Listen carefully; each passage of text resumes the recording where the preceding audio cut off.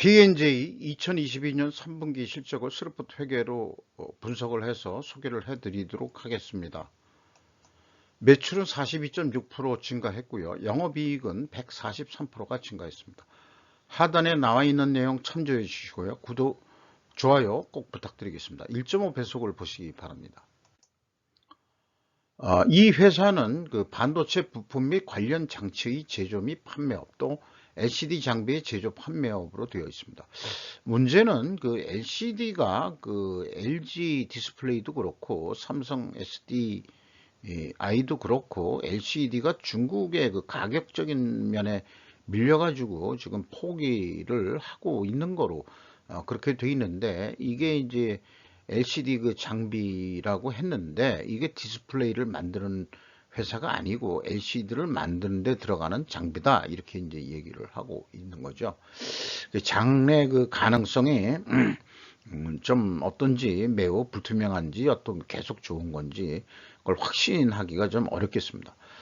매출은 42.6% 증가했고요. 원가 회계로. 그 다음에 참고적으로 가공비 배부 재고 자산은 38.4%가 증가했고, 매출 원가는 33.7% 적게 증가해가지고 매출 총이익 증가했고요. 그 다음에 판매 관리비를 또 전략을 했습니다. 그래가지고 영업이익이 272.7%가 증가했는데, 그 대문에 써 있는 그 영업이익 증가는 스루프트의 영업이익 증가를 표시한 것입니다. 그래서 스루프트 쪽으로 보면은 매출 재료비가 아까 매출 원가는 매출 증가율보다 적지만은 이쪽에서 볼 때, 스루프 쪽에서 볼 때는 매출 재료비가 더 증가했어요. 그러면은 이 갭이 원재료 가격 상승 추정으로 해석이 됩니다. 그리고 뭐 운영 비용은 20.2%가 증가를 했습니다. 평간비만 감소시킨 거죠. 그래서 이 영업이익은 87억이 났는데 원가 회계 영업이익보다는 17억 원 정도가 적은 수치입니다. 이것은 가공비 배부 재고 자산이 증가했기 때문입니다. 가공비 배부 재고 자산은 32억 원, 약 33억 원이 증가했습니다. 작년도는 한 14억 원 정도 감소했었고요. 그런데 이 회사는 제공품의 크기가 너무 큽니다. 제품들은 뭐 매우 작은데, 이렇다면은 액면 그대로 믿는다면은 제조 공정이 매우 길든가 아니면은 생산 리드 타임이 길다는 의미도 될 것입니다.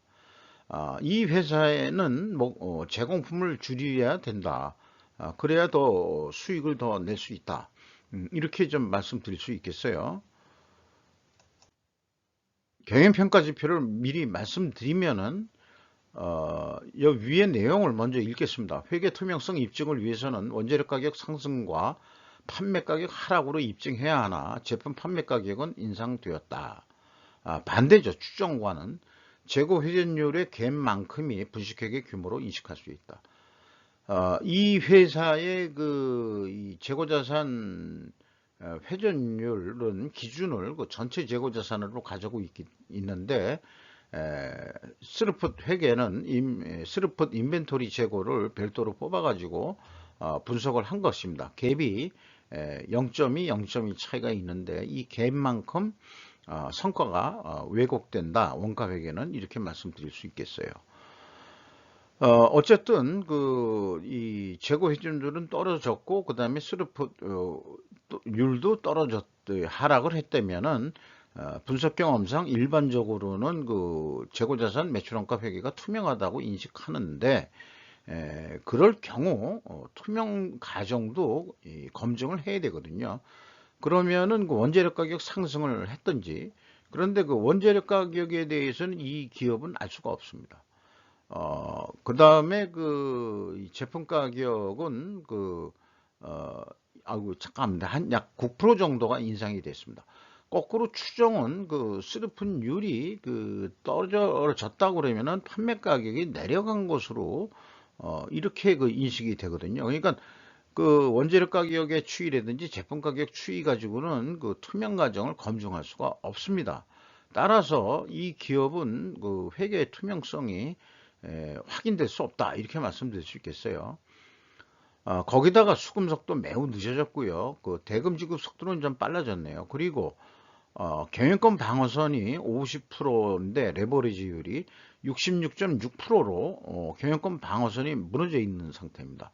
전년도는 아이고, 죄송합니다. 전년도는 무려 78.4%였는데 그 채권은행단이 봐주고 있는 거가 아니고 뭐 전환사채 뭐 이런 것도 뭐 어떤 그런 것도 있어가지고 꼭 저 차입금만이 아닌 게 있기 때문에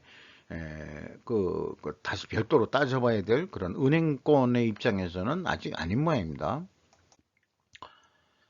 비성분 내용에서 CSM 매출원가 재료비는 27.4% 증가했고요. 운영비용은 20.2% 증가했습니다. 그리고 가공비율이 51.1%로 하락했는데 이것은 상대적으로 원재료 가격이 상승했다고 추정할 수 있습니다. 그러나 이제 확인할 수는 없는 거죠. PQ 총재주 비용의 차이가 조금 차이가 있습니다. 이 내용은 재고자산의 변동범위 기준이 다르기 때문입니다.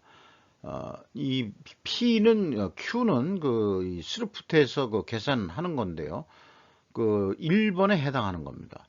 그리고 이제 2번이 이제 회사에서 기준으로 하고 있는데 BWCI의 증가액을 가감하면은 일치하기 때문에 올해 3분기에는 회사의 그 재고자산 변동범위 기준은 전체 재고자산이다.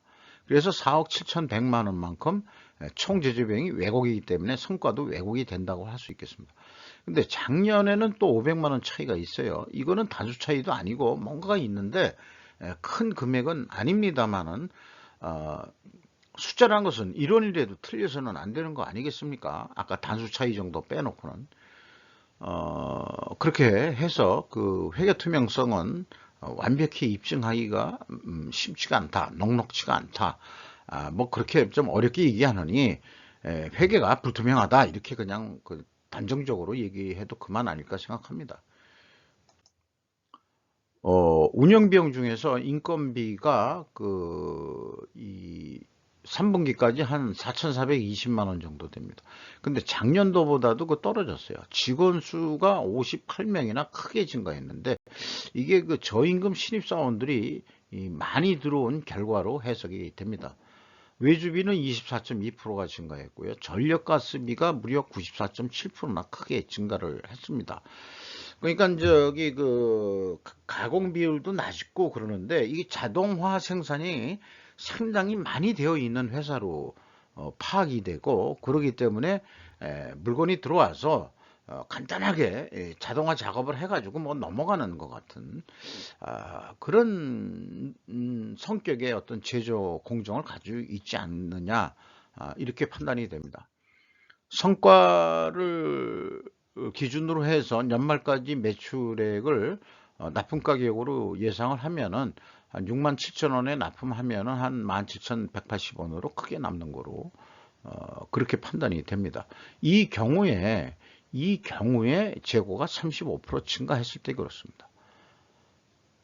그러면은 이 기업은 재고가의 증가는 이익의 증가니까 매출액을 더 올리려고 노력을 안 하게 될 거예요. 그래서 올해는 판매 가격을 잘 협상해서 올린 거 아니냐 이렇게 생각이 들어갑니다. 그럼 스루프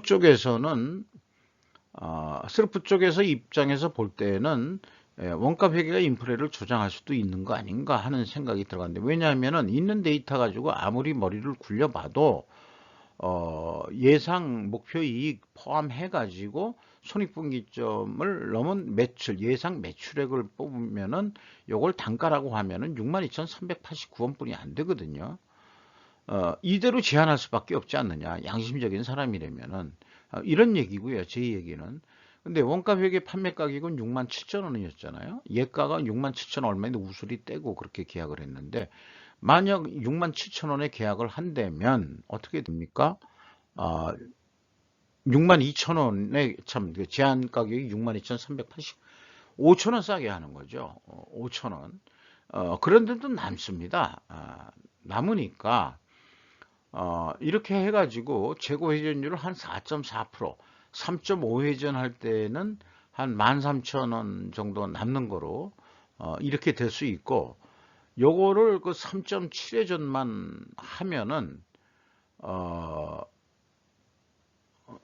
그 원가액에서 얘기하는 그런 수준까지 그 17,857원까지 이익을 낼 수 있다. 근데 이 경우에 계약이 62,000원 됐는데 74,000원까지 추가 판매가 일어날 수 있겠느냐 하는 문제는 재고 회전율을 뭐 크게 증가하는 건 아니거든요. 한 그 10% 정도, 10%만 증분을 시키면은 더 매출 효과를 누릴 수 있어 가지고 이익을 낼 수 있다 이렇게 생각합니다. 그래서 뭐 구두로 아까도 말씀드렸습니다. 기준금리가 인상되면은 주식회사의 돈은 은행으로 갈 것이고 주가는 하향세가 일반적인 것 같다. 미래가치는 여기다가 미래가치를 넣었어요. 미래가치는 이렇게 상승을 했는데 주가는 떨어졌습니다. 그 원인이 제가 뭐 주식 전문가는 아닙니다만 많이들 그 주식 전문가들 얘기하는 거 보면은 주가는 결국 미래가치다. 뭐 이렇게 좋은 그 어휘로 이 포장을 하는데 잘 모르는 거죠. 이 주식이라는 게 사실은 어떻게 될지. 그러니까 잘 모르니까 뭐 여러 가지 그 금융공학을 들이대 가지고 저거 뭐 복잡하게들 얘기하는데 저는 뭐 딱 한 가지만 뭐 미래가치라고 이렇게 그 산식을 만들어 가지고 성과가 좋으면 미래가치도 계속 이 방향으로 가면 미래가치가 좀 좋아지지 않겠냐 이런 예측을 하는 건데 성과 미래가치는 좋습니다만은 주가는 떨어졌다는 얘기죠. 그래도 아직까지 장부 가격이 189% 선입니다.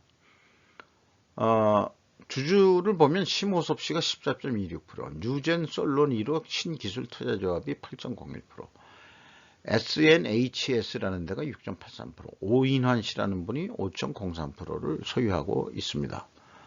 이상 마치도록 하겠습니다. 감사합니다.